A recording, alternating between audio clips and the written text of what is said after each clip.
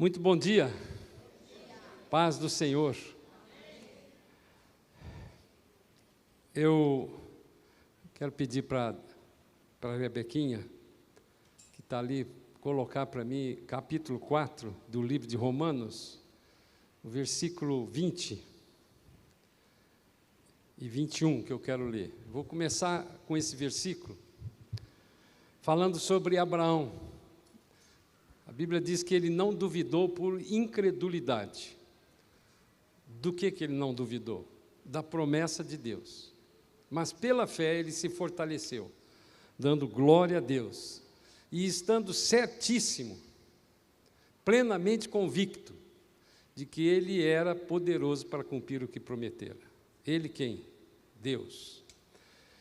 Por que eu estou dando essa palavra introdutória? Porque o título da pregação de hoje que eu quero fazer é Palavra da Perseverança. E hoje, no primeiro culto, só para vocês entenderem como Deus tem comunicado as coisas para nós. No primeiro culto, o pastor Júnior pregou uma palavra sobre Davi, e ele colocou que, como última perspectiva de Davi, ele falou sobre constância. E a perseverança, uma definição de perseverança é constância. Nessa semana passada, nós tivemos as últimas 3 festas, chamadas festas do povo judaico. O povo judaico tem 7 festas, que 4 delas são feitas na primavera e 3 delas no outono do hemisfério norte. Enquanto lá hoje é outono, nós estamos começando aqui a primavera. E cada uma dessas 7 festas que estão lá previstas em vários trechos do Velho Testamento, principalmente do livro de Levíticos, do capítulo 23 em diante, você depois estuda isso, cada uma delas tem uma tipificação de alguma coisa que Deus vai fazer, ou já fez, ou vai fazer na minha vida e na vida da nação e na vida do mundo. Então, na semana passada, a primeira delas, que é chamada de Rosh Hashanah, é a festa das trombetas. E ela é chamada a festa das trombetas porque ele pega um chofar. Chofar é aquele berrante, né? Lá em Barretos a gente fala berrante para chamar o gado, e ele toca esse chofar, que é uma trombeta, é uma forma de trombeta. Então, ele é chamado, e esse, na verdade, não é um dia, são 2 dias, é o dia 15 e o dia 16. E ele começa no ano sétimo, que para ele é o ano novo. O ano novo de Israel começa no ano 7º do calendário judaico, que é lunar. Então, são 2 dias, o dia 15 e o dia de 16 de setembro. E esse ano, que começou dia 15, é o ano 5.784. Toda vez que eu falo em número, vocês sabem que eu gosto de número, mas Deus fala muito pelo número, pela matemática na igreja, na palavra de Deus.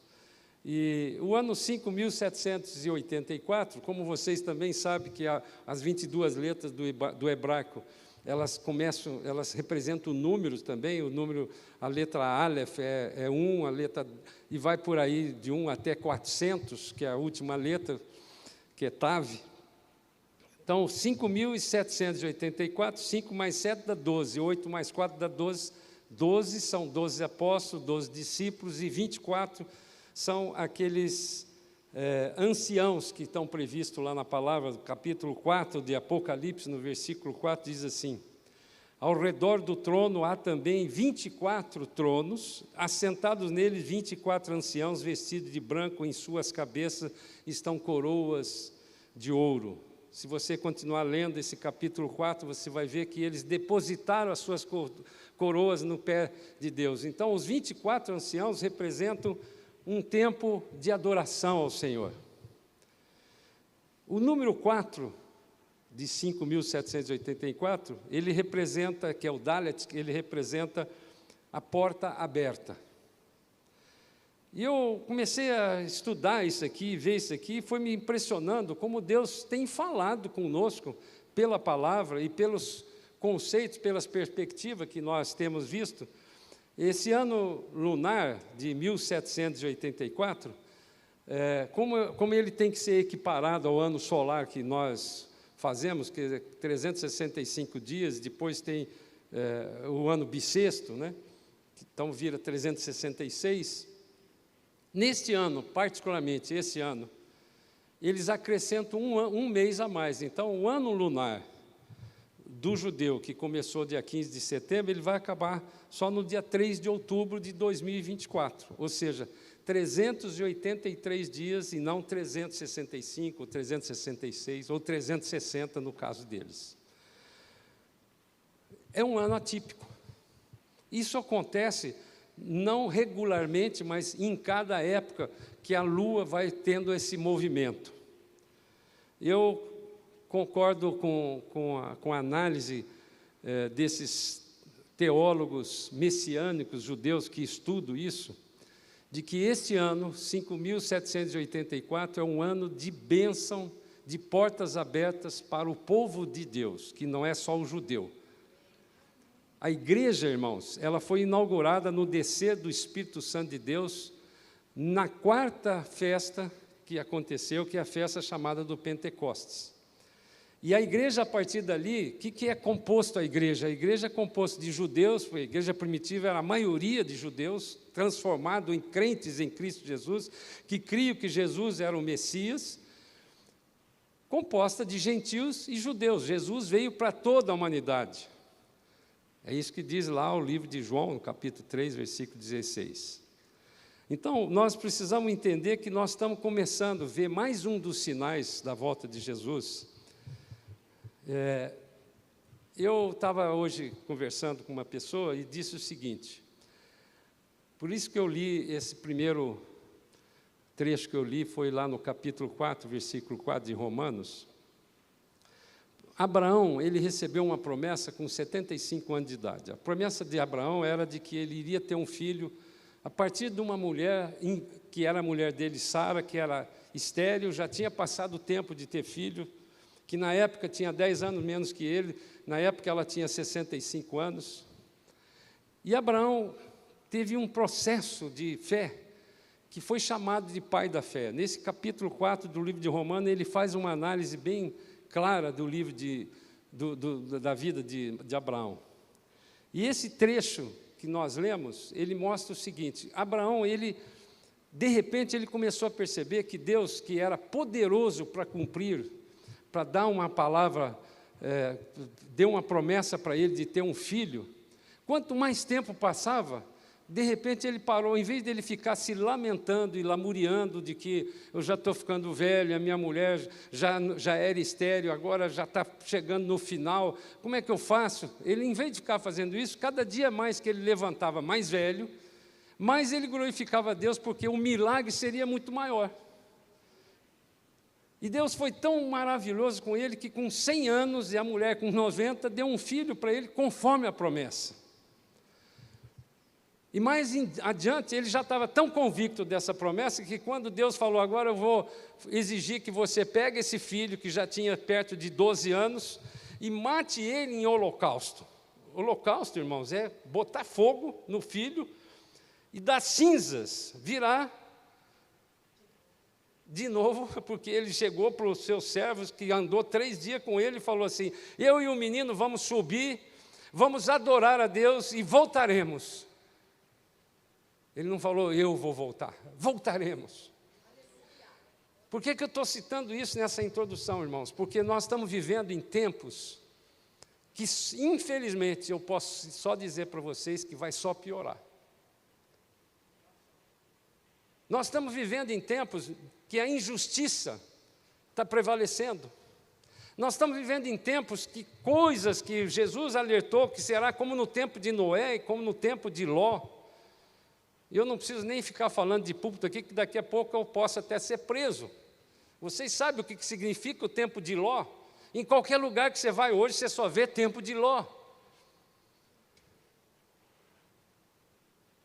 Quando Deus começou a me mostrar isso, irmãos, eu tenho visto, desde da pandemia para cá, eu tenho visto pessoas, eu mesmo, num determinado momento eu estava assim, depois comecei a buscar no Senhor com essa visão escatológica, que é a visão do final dos tempos, e Deus começou a me alegrar o coração, assim como Ele alegrou o coração de Abraão. É nessa perspectiva que eu estou querendo conclamar a igreja, o desafio da minha palavra de hoje, de perseverança, e você vai ver essa palavra aqui que significa isso, é que você comece a olhar tudo isso que está acontecendo ao nosso derredor com a perspectiva que Abraão olhou, de que cada tempo mais que vai piorar, vai se aproximando o tempo em que a igreja vai ser arrebatada.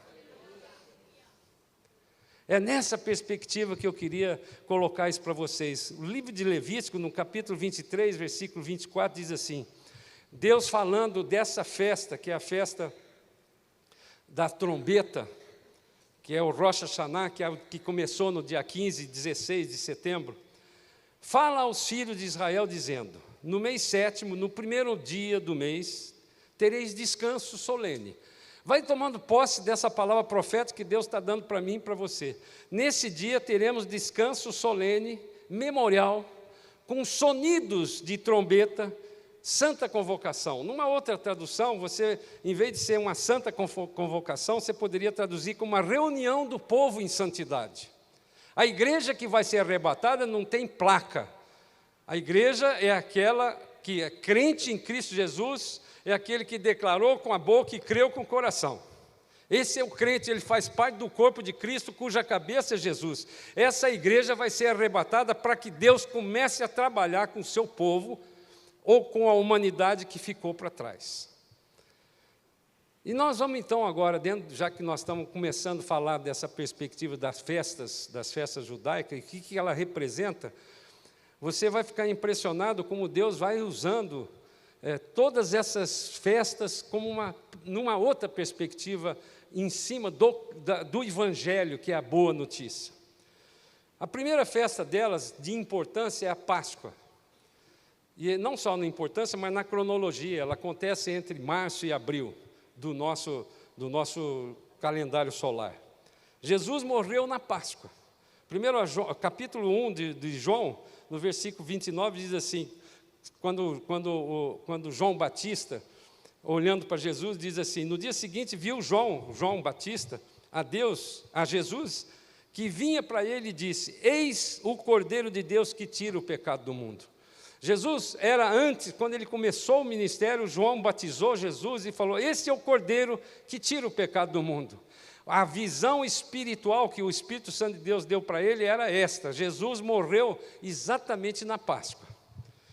A seguinte festa, na sequência da Páscoa, era o Pães Asmos, que tipifica o sepultamento de Jesus que foi cumprido. A terceira, que é a primícias, que tipifica a ressurreição de Jesus, que ao terceiro dia ressurgiu dos mortos e arrancou da mão de Satanás a chave da morte e do inferno. E a quarta delas, que é dessas 4 primeiras festas da primavera do hemisfério norte, é a festa de Pentecostes, que tipifica a descida do Espírito Santo, inaugurando a partir dali o mistério que estava escondido lá no livro, em todo o Velho Testamento, não tem nenhuma passagem que fala sobre a igreja. A igreja foi definida a partir do momento que o Espírito Santo desceu e passou a habitar em todos nós que somos crentes em Cristo Jesus. Há dentro de nós um poder que nós fazemos parte de um corpo móvel, já preguei uma mensagem sobre isso, cuja cabeça é Jesus, e nós somos poderosos em Cristo Jesus. Mas ainda faltam 3 festas para ser tipificada. E a primeira delas é a de Rosh Hashanah. Ela tipifica o arrebatamento da igreja, que é o corpo de Cristo, que é a igreja. Composta de quem? Quem é a igreja? Composta de judeus, messianos, convertidos, crendo que Jesus era o Messias, e os crentes, nós gentios. 1 Tessalonicenses, no capítulo 4, versículo 16, Paulo está dizendo o seguinte, porquanto o Senhor mesmo, dada a sua palavra de ordem, ouvida a voz do arcanjo, vai percebendo uma sequência de coisas que vai acontecer na região celestial, o Senhor mesmo, o próprio Jesus, dada a sua palavra de ordem, ouvida a voz do arcanjo e ressoada a trombeta de Deus, descerá dos céus e os mortos em Cristo ressuscitarão primeiro. Para um pouquinho aqui, irmãos. Ao longo de todo o período da humanidade, Todos aqueles que já estão mortos em Cristo Jesus estão num lugar esperando esse dia, que é um dia único na história da humanidade. E nós fazemos parte desta geração, irmãos. É importante você e eu entendermos isso. Nós temos um problema muito sério, no ponto de vista escatológico, em relação às outras gerações, é que nós estamos vivendo no tempo da pré-tribulação. Ou seja, nós já estamos experimentando com essa ditadura judicial que existe no mundo, que não é só no Brasil, nós já estamos experimentando com essa imoralidade exacerbada que não é só no Brasil, nós já estamos experimentando essa divisão do que é certo, do que é errado, que ninguém mais sabe o que é certo e o que é errado. Nós estamos experimentando isso, essa geração está experimentando de uma forma muito agressiva isso. Mas, em compensação, aqueles que são filhos de Deus vão experimentar o arrebatamento, que é não viver na morte. Quando aconteceu na história da humanidade um arrebatamento de pessoas sem ver a morte? Nunca. Nós vamos experimentar isso. Então, é esta perspectiva de visão que eu e você precisamos ter. Quanto mais acontecer essas coisas, quanto mais for acelerado, quanto mais rápido for essa confusão mundial, mais próximo está a volta de Jesus. É isso que Abraão enxergou quando você lê o capítulo 4. Volta lá depois na sua casa e faz uma exegese completa desse capítulo 4 do livro de Romanos, quando ele se refere a Abraão, que você vai ficar surpreendido, que é esta perspectiva que Deus quer que eu e você tenhamos. Continuando aqui no versículo 17. Então, primeiro vai descer dos céus e os mortos em Cristo ressuscitarão primeiro. Mas instantaneamente depois nós, os vivos. E eu creio nisso. Os vivos, os que ficarmos, seremos arrebatados juntamente com eles entre nuvens para o encontro do Senhor nos ares. Tem duas informações claras, entre nuvens para o encontro do Senhor nos ares.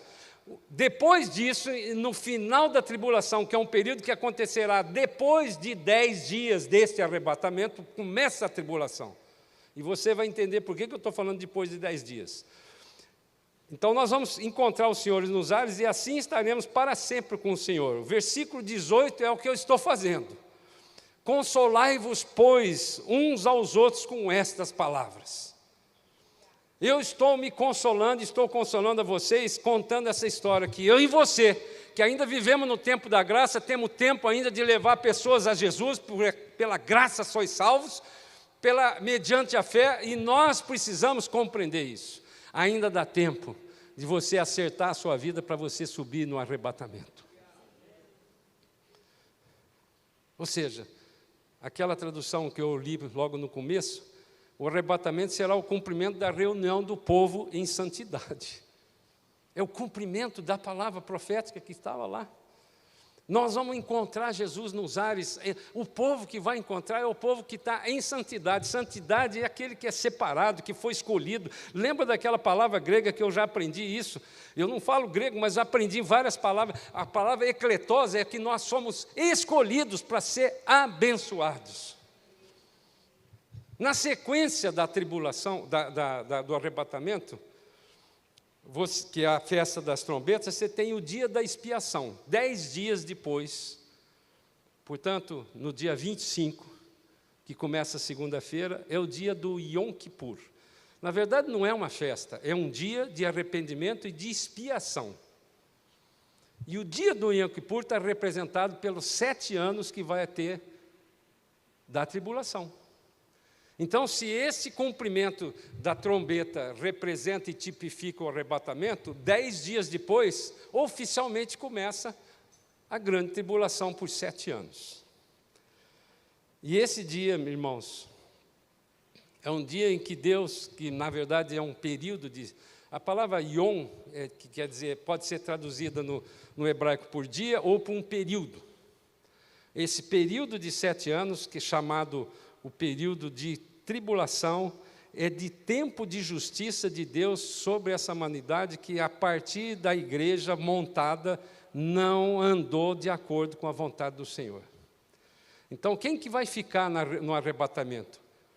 Nós vamos ver aqui em seguida. Depois do tempo da tribulação de 7 anos, eu estou fazendo até um pequeno resumo dessa escatologia, virá o tempo em que Jesus voltará com a igreja, que foi arrebatada 7 anos antes, com aqueles que ainda na tribulação foram salvos, porque a condição dele não ficar para o inferno na tribulação, ficar debaixo do juízo, é ele não ter a marca da besta, porque a marca da besta não é apenas uma marca somente, mas é um ritual de adoração. Então, para você poder comer naquela época, na época da tribulação, vai haver um reset completo nessa humanidade, em que uma das coisas, a economia vai ter, o meio de pagamento vai ser você mesmo. Vai deixar de existir cheque, cartão de crédito, dinheiro em espécie, e você passará a ser um meio de pagamento. Passa no supermercado, passa a sua mão ou a sua testa, e ele acredita para o supermercado, debita para você. Você é o dinheiro. Dentro disso aí, para você obter isso, para ter o dinheiro que está na conta em algum lugar, na nuvem, né, como fala hoje na tecnologia, você vai ter que fazer algum tipo de ritual que é adoração ao anticristo. Vai haver um poder aceito por toda a humanidade, em que você vai ser obrigado a ter uma religião única, você vai ser obrigado a confessar enfim, você está debaixo de toda essa preparação que nós estamos sentindo hoje, de uma ditadura que a gente chama de sistema. Quem é dono desse sistema? Quem é que controla esse sistema? A Bíblia diz que a palavra cosmos, traduzida como mundo, é um sistema que domina o mundo. Então, esse sistema, no fundo, é Satanás que está. Quem é que deu autoridade para alguns ministros fazer coisas que não está escrito em nenhum lugar? Então, a última dessas 7 festas é a festa do tabernáculo, que vai tipificar o milênio. Jesus vai voltar com a igreja, que é composta daqueles que foram arrebatados 7 anos antes, daqueles que nasceram de novo na tribulação, morrendo. Tinha que morrer, porque ele não vai ter como comer, e ele vai ser tão perseguido que qualquer bobagem que fizer, pão, mata. Então, esses chamados à igreja vão voltar com Jesus e viver por 1000 anos, porque ele vai vencer Satanás, trancar ele por 1000 anos, e durante 1000 anos, a igreja, junto com todos aqueles que sobraram da tribulação, ainda com seus corpos não glorificados, vão viver durante 1000 anos sem a tentação de Satanás.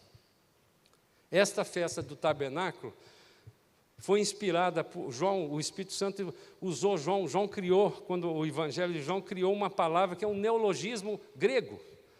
Lá no livro de João, capítulo 1, versículo 14, diz assim: e o verbo com letra maiúscula, que é a palavra, se fez carne entre nós, se fez carne e entre nós, cheio de graça e de verdade, nós vimos, João falando, nós vimos a sua glória, glória como do unigênito Pai. E aqui ele diz assim, e ele habitou entre nós, ele habitou entre nós. Esse verbo habitar, que é skenu, é um neologismo, porque o verbo habitar, no grego é katoikel, ou paroikel. Aqui ele usou skenu, skenu quer dizer tabernáculo. Então, ele tabernaculou, você poderia traduzir dessa forma, ele tabernaculou no nosso meio. João foi inspirado pelo Espírito Santo de Deus para mostrar para mim e para você aquilo que estava lá no livro de Êxodo, no capítulo 25, 8, que diz assim: e me farão um santuário para que eu possa habitar no meio deles. Esse era o tabernáculo, é um altar móvel. Por isso que eu falei aquele dia que a igreja é um corpo móvel. A igreja não é formada por esses prédios aqui, a igreja não é estática. Essa foi a grande sacada de Satanás para destruir a igreja, para tentar destruir a igreja, de dar poder institucional à igreja. O nosso poder não é institucional, o nosso poder é espiritual, é sobrenatural. Então, eu posso dizer que o mundo está caminhando de uma forma muito célere, muito rápida, para que nós possamos ver o arrebatamento.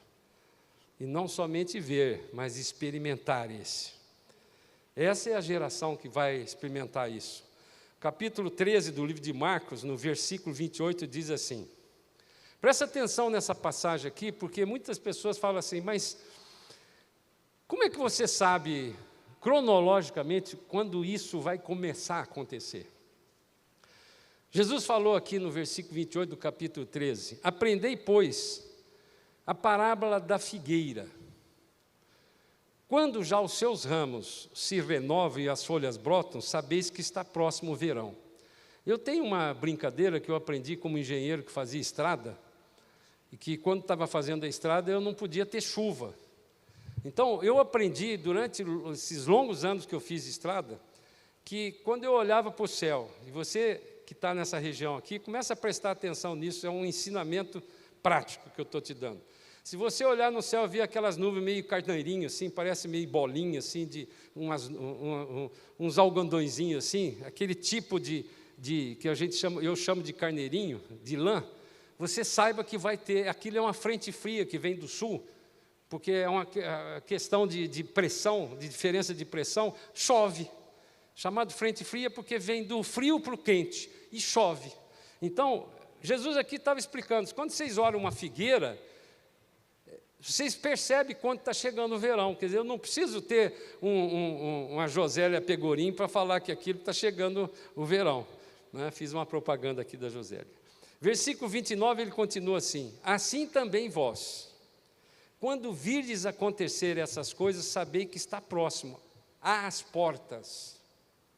Está próximo, vou repetir, às portas. Nós acabamos de falar na introdução do número 4, Dalet, é porta. Então, quando é que aconteceu? Ainda não sei. Por que eu sei que a figueira representa Israel? Porque Oséias 9:10 diz assim, achei a Israel como as uvas no deserto e vi as vossos pais como as primícias da figueira nova. Irmãos, quando você pega o capítulo 9 do livro de Daniel, quando você pega o capítulo 9 do livro de Daniel, que Daniel, olhando a Escritura, preste atenção, faz a mesma coisa que eu estou fazendo aqui agora, e lembra disso que Daniel fez. Daniel ficou 70 anos, ele tinha 17 anos mais ou menos, quando ele entrou na Babilônia, e 100 e poucos anos antes, Jeremias tinha previsto de que Deus ia mandar um juízo sobre a nação de Israel. E eles iam ficar 70 anos, está escrito isso. E ele, quando conhecia a palavra, ele, quando leu isso, ele falou assim, eu agora estou fazendo 70 anos que eu estou aqui na Babilônia. Então, ele começou a orar, como eu e você devemos orar agora para Deus abreviar o tempo, irmãos. Ele começou a orar e a oração dele foi tão forte naquilo lá, porque ele tinha certeza daquilo, que Deus deu uma visão para ele. Uma visão de que ia acontecer aquilo que ele estava orando, que ele prometeu ia acontecer, e aconteceu mesmo. Então, essa palavra profética lá de Jeremias, quando chegou em capítulo 9, ela virou história, porque ela se cumpriu.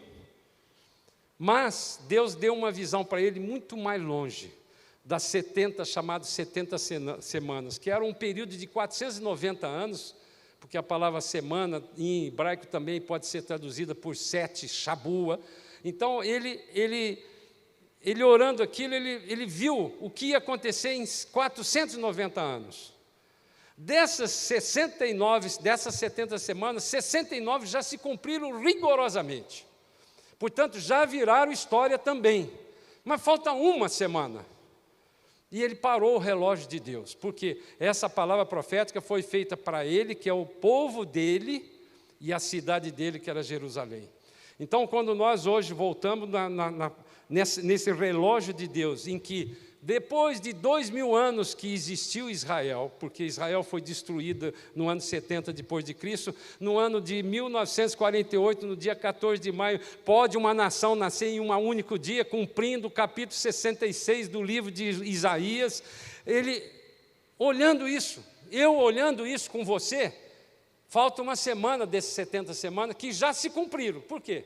Cadê o relógio de Deus? Ele só vai começar a rodar a partir do arrebatamento. Percebe que isso tudo são sinais que Deus está dando para mim, para você?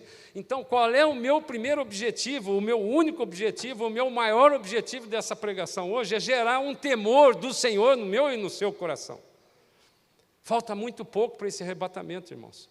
Então, ao invés de você ficar triste, de você ficar angustiado, de você ficar com temor, com pânico, como muitos de nós temos sido, em cada vez que você abre o seu celular e que você vê essas injustiças acontecendo, essa confusão moral, essa confusão, ninguém mais fala nada de certo. Ao invés de você ter essa perspectiva, olhe na perspectiva de que quanto mais rápido acontecer, assim como Abraão falou, mais rápido vai ter o arrebatamento da igreja. Agora, eu quero então ver como é que eu posso estar dentro desse barco, que eu vou chamar barco do arrebatamento. Apocalipse 3:10, que é a sexta igreja das 7 igrejas que ele falou no capítulo 3, 2 e 3 de Apocalipse. As 7 igrejas representam a história da igreja, ao longo, desde o momento em que surgiu a igreja, na 4ª festa, que foi o dia do Pentecoste. Ele está falando para a igreja de Filadélfia, e olha só que característica que tem a igreja de Filadélfia. Versículo 10 do capítulo 3 de Apocalipse. Porque guardaste a palavra da minha perseverança, Jesus falando. Também eu te guardarei da hora da provação que há de vir sobre o mundo inteiro, para experimentar os que habitam sobre esta terra. Aqui tem, apesar de ser um versículo, tem muitas informações, mas o que me interessa é saber o seguinte, que eu quero ser livre da hora da provação que há de vir sobre o mundo inteiro. E essa palavra mundo não é mais o cosmo que eu usei, mas é a palavra mundo de terra mesmo, sobre toda essa terra. Não é sobre o sistema somente, mas é toda a terra. Então, há de vir sobre o mundo um tempo de provação nunca visto antes. Essa primeira expressão, que é guardar a palavra da minha perseverança, vou separar 2 outras palavras. Guardar aqui, terel, é atender cuidadosamente, é tomar conta, é guardar, é manter, é observar, é dar muita importância ao seu comportamento. Eu já tive um irmão aqui da igreja que disse assim, você fala muito sobre escatologia, e eu não falo como devia, eu devia pregar isso todo dia. Isso me traz medo.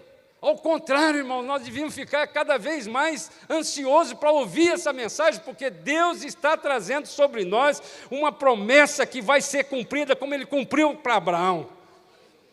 E se você quiser estar dentro desse barco, você tem que guardar atenciosamente, tomar conta da palavra que Deus está dando para mim e para você, que está disponível para mim e para você. Uma pessoa que nasceu há 100 anos atrás, que nem sabia da existência de Israel, ele tinha uma perspectiva completamente diferente da minha e da sua que estamos vivendo hoje. Depois de 75 anos da existência de Israel, você está careca de saber, literalmente careca de saber, que as coisas vão acontecer e já estão acontecendo. E essa palavra que foi traduzida como palavra, que é logos, João 1 diz assim, no princípio era o verbo é logos, e o verbo estava com Deus, e o verbo era Deus. Então, a importância de guardar com muita atenção, porque a palavra é o próprio Jesus, o próprio Deus. Então, eu e você precisamos ler os que você está vendo e está entendendo de uma forma escatológica, que é o estudo do final dos tempos. E ele fez um acréscimo, o próprio Jesus, da minha perseverança.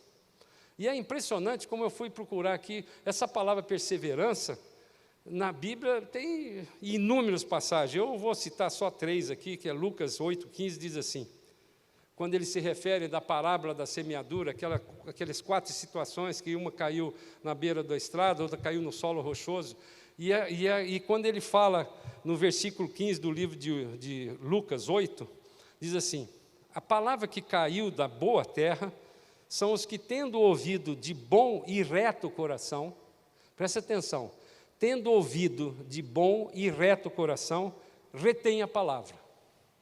E estes, ou seja, aqueles que ouviram de bom e reto coração, frutificam com perseverança. Irmãos, não é possível um crente não ser perseverante. Pegando aqui um spoiler que você depois vai ver no YouTube, a mensagem do pastor Júnior de hoje. A perseverança é uma característica do crente. Perseverar, irmãos, é uma obrigação do crente. Outra passagem, Lucas 21, 19, diz: a vossa perseverança, é na vossa perseverança que guardareis a vossa alma. Guardar é tomar atenção, é ficar preso naquilo lá. Colossenses 1,11 diz assim: sendo fortalecido com todo o poder, segundo a força da sua glória, em toda perseverança e longanimidade, com alegria.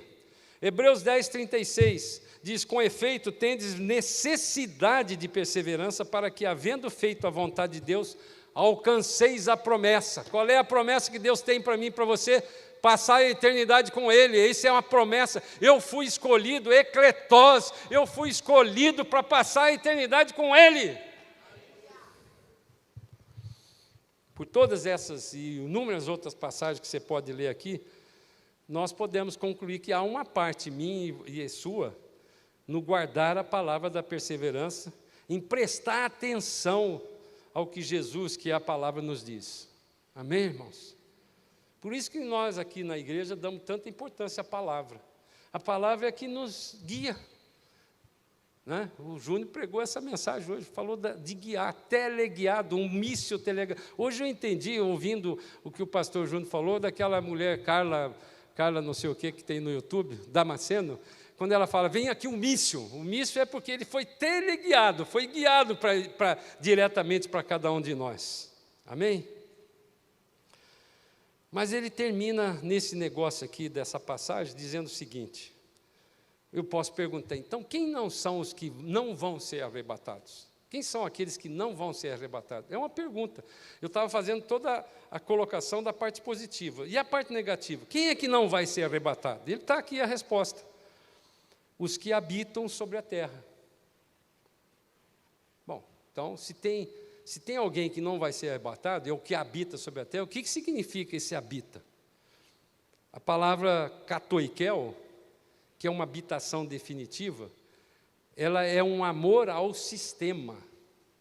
Aí sim, de novo, ele fala sobre mundo, sobre cosmos.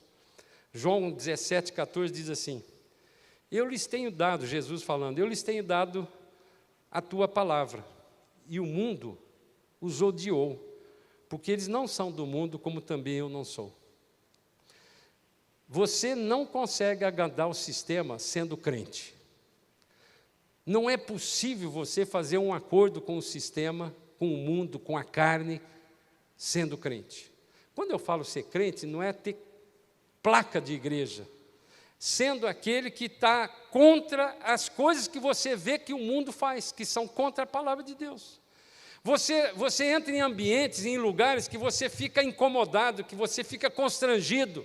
Você já experimentou essa sensação de você entrar em rodas, às vezes na sua empresa, em lugares que você está andando ali, e que você fica constrangido com o que você está vendo, com o que você está ouvindo, ou até mesmo o que você está se comportando, que faz com as pessoas que não gostam daquilo que você está fazendo, porque você está buscando a santidade que o Senhor tem nos ensinado. Então Jesus falou, eu lhes tenho dado a tua palavra, e o mundo os odiou, porque eles não são do mundo, como também eu não sou. Então, primeira coisa, o crente, a partir do momento que ele decide crer e confessar com a sua boca e crer com o coração, ele já saiu desse mundo, desse sistema.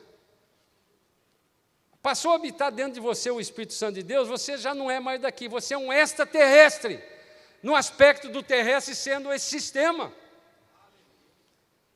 Mas ele disse, eu não peço, ele estava orando, Jesus mesmo, antes de sair, isso aqui foi um pouquinho antes dele morrer e ressuscitar 3 dias depois, ele estava falando isso para mim e para você hoje, não peço que os tires do mundo, e sim que os guardes do mal. Então, quando você levantar de manhã, a primeira oração que você tem que fazer é falar, Senhor, me guarda do mal de hoje. Porque Satanás ele fica ao nosso derredor todo o tempo, e esse sistema está fazendo tudo para destruir a igreja. A igreja, volta a falar, para consolidar esse conceito, a igreja é o corpo de Cristo, formado por mim e por você, cuja cabeça é Jesus. Eles não são do mundo, como também eu não sou. Ele repete isso. Santifica-os na verdade, e a tua palavra é a verdade. Irmãos, os filósofos do iluminismo moderno, eles relativizaram a palavra. E esse espírito demoníaco que entrou para relativizar a palavra, que é a verdade, ele continua entrando até mesmo da igreja. Existem pastores. Hoje mesmo uma irmã me mandou um Instagram de um pastor conceituadíssimo em São Paulo, que fala que a palavra precisa ser releita e refeita. É demônio! Santifica-os na verdade, e a tua palavra é a verdade. 1 João capítulo 2, versículo 15 diz assim: não ameis o mundo, e aqui essa palavra de novo é sistema, nem as coisas que há no mundo como sistema. Se alguém amar o mundo, o amor do Pai não está nele. Porque tudo que há no mundo, a concupiscência da carne, a concupiscência dos olhos e a soberba da vida, não procede do Pai, mas procede do mundo, do sistema. Ora, o mundo, o sistema, passa, bem como a sua concupiscência. Aquele, porém, que faz a vontade de Deus, permanece eternamente.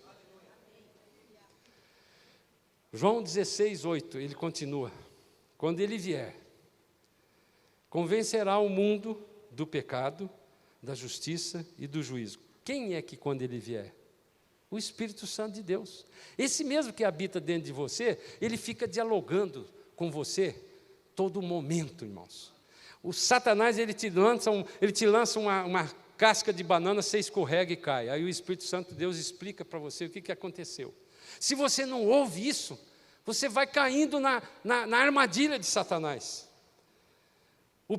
Ele convencerá o mundo do pecado, da justiça e do juízo. Do pecado, porque não crê em mim. Da justiça, porque eu vou para o Pai, e não me vereis mais. E do juízo, porque o príncipe deste mundo já está julgado. Quem é que comanda esse sistema hoje? Jesus falou lá atrás. O príncipe deste mundo já está julgado. Então, alguém uma vez perguntou assim, mas Satanás sabe que ele já está condenado? Já sabe. E por que ele continua fazendo isso? Porque é da natureza dele. É da natureza dele. Um dia eu vi não sei se uma ilustração de um crente ou não, falando de um sapo que queria, numa enchente, atravessar um rio, e estava na margem do rio um escorpião. Faz parte da natureza trair, picar o outro. Então o sapo propôs para o escorpião: sobe nas minhas costas aqui, que nós vamos atravessar, você vai ficar seguro até o lado de lá, porque eu sei nadar. No meio do rio, o escorpião picou ele, morreram os dois, né? O escorpião afogado e o sapo morreu porque foi picado com o veneno do escorpião. Satanás sabe que já está julgado. E ele faz parte da natureza dele destruir, roubar, matar e destruir. Ele não tem outra coisa.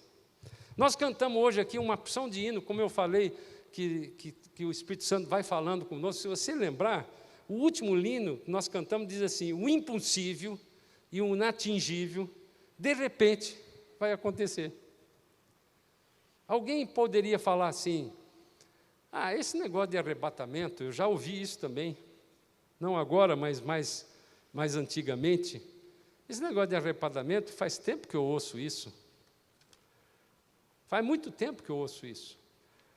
Mas eu estava contando sobre Macintosh, que escreveu isso em 1870. Macintosh, naquele tempo, não sabia que Israel ia ser fundada no dia 14 de maio de 48. E quando eu leio aquele livro de uma visão escatológica, ou seja, do final dos tempos, Macintosh falava como se ele estivesse vivendo hoje, irmãos. Porque tudo que estava escrito na palavra, ele interpretou pelo Espírito, ele discerniu pelo Espírito que iria acontecer, porque assim como Abraão falou, se ele é poderoso para cumprir a sua promessa, ele vai fazer. Mesmo que pareça diferente, mas pareça muito longe. Então, finalmente, o resumo dessa mensagem é que você olhe para essas coisas que estão acontecendo com uma perspectiva de esperança, de louvor ao Senhor, de gratidão. Não sei se o Moisés ainda está aqui, mas se puder brincar aqui um pouco faz aqueles acordes nervosos aí que você faz, Moisés. Música é de Senhor, viu, irmãos? Música ruim não é de Deus. Mas música boa é a harmonia do Senhor. A harmonia, o ritmo, tudo aquilo foi criado por Deus. Assim como a matemática, que tem gente que não gosta, mas foi feito por Deus. Então, irmãos, o final dessa mensagem é uma mensagem de esperança. Sabe por que nós temos esperança?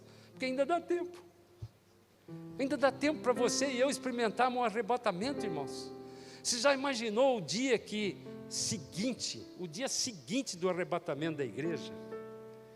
Se ainda existir alguma igreja, espero que nunca tenha, porque tem filmes aí que falam do dia seguinte do arrebatamento, pastor pregando, tem o filme do arrebatamento. Eu espero que isso não seja possível acontecer, porque vai ser um desastre, uma tragédia, um dia seguinte um pastor levantar e falar: uau, aconteceu aquilo e eu não acreditei. Aqueles que estão querendo relativizar a palavra e que vão ficar aí, eles só têm dois caminhos: morrer para ser salvo ou ir para o inferno. Não tem outro jeito, porque vai lá o tempo de juízo. Então a palavra que eu estou dando hoje é uma palavra de esperança, de alegria, de fé, de eliminar completamente o medo e o pavor que nós estamos vendo das coisas que estão acontecendo. Quanto mais bobagem esses caras derem de canetada, quanto mais coisas confusas que estão acontecendo nesse mundo, mais próximo está vindo a volta do Senhor. E eu e você ainda temos tempo para entrar nesse barco. Essa é a palavra de esperança. Nós estamos ainda vivendo no tempo da graça, e o tempo da graça é aquela que Deus não leve em consideração o juízo, o seu pecado, porque você só tem um jeito de você ser salvo, é se arrependendo do seu pecado, genuinamente confessar com a boca e crer com o coração que você está arrependido daquilo que é pecado. E o que é pecado? É errar o alvo. Tudo aquilo que está contra a palavra de Deus é pecado. Não tem outro jeito. E nós, como igreja, temos que ter essa perspectiva de olhar aquilo que é pecado e dar nome. Isso é pecado. Não vou fazer mais. Ah, mas eu gostaria de fazer. Não faça mais, irmãos. Porque é pecado. E pecado atinge a santidade de Deus. A palavra de Deus diz, e nós lemos isso, que é Ele que nos santifica. É o próprio Jesus que morreu por mim e por você, e Ele que nos santifica, dando para nós credenciais, uma coisa na mão para você. Eu estou pronto para ser arrebatado hoje. E se Jesus vier agora, toda essa igreja vai subir agora. Porque eu creio nisso, e você também crê. Então vamos orar, terminando agora, e você coloca, o Espírito Santo de Deus, por certo, já falou com você hoje.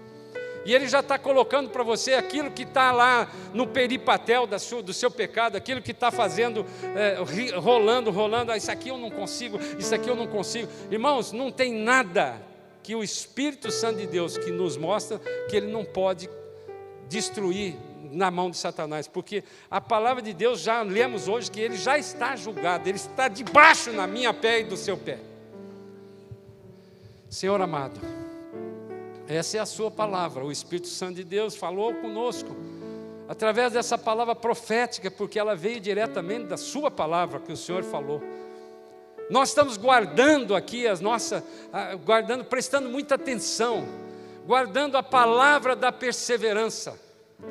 E é esta igreja chamada de Filadélfia, que guardou a palavra da esperança, da perseverança, é essa igreja que vai ser livrada desse tempo de provação que virá sobre o mundo. E nós queremos fazer parte dessa igreja, Pai. Nós não estamos aqui olhando a perspectiva de querer ficar aqui. Ao contrário, Pai, nós não somos mais deste mundo, desse sistema. Nós somos extraterrestres com relação ao sistema. Esse sistema é dominado por Satanás e não tem outra alternativa a não ser a destruição que vai acontecer no final do milênio, Pai. E eu não vou estar aqui nesse período. Nem eu, nem meus irmãos que estão aqui nos vendo aqui pelo YouTube, nem aqueles que estão aqui sentados nesse momento, ou aquele que ainda vai ouvir essa mensagem. Senhor, eu quero repreender, portanto, todo dardo inflamado de Satanás que está lançando na mente de algumas pessoas.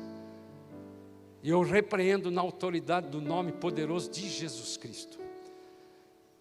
Todo espírito maligno que está tentando distrair a mente de cada um de nós agora, eu amarro, e eu repreendo, e eu expulso no nome poderoso de Jesus.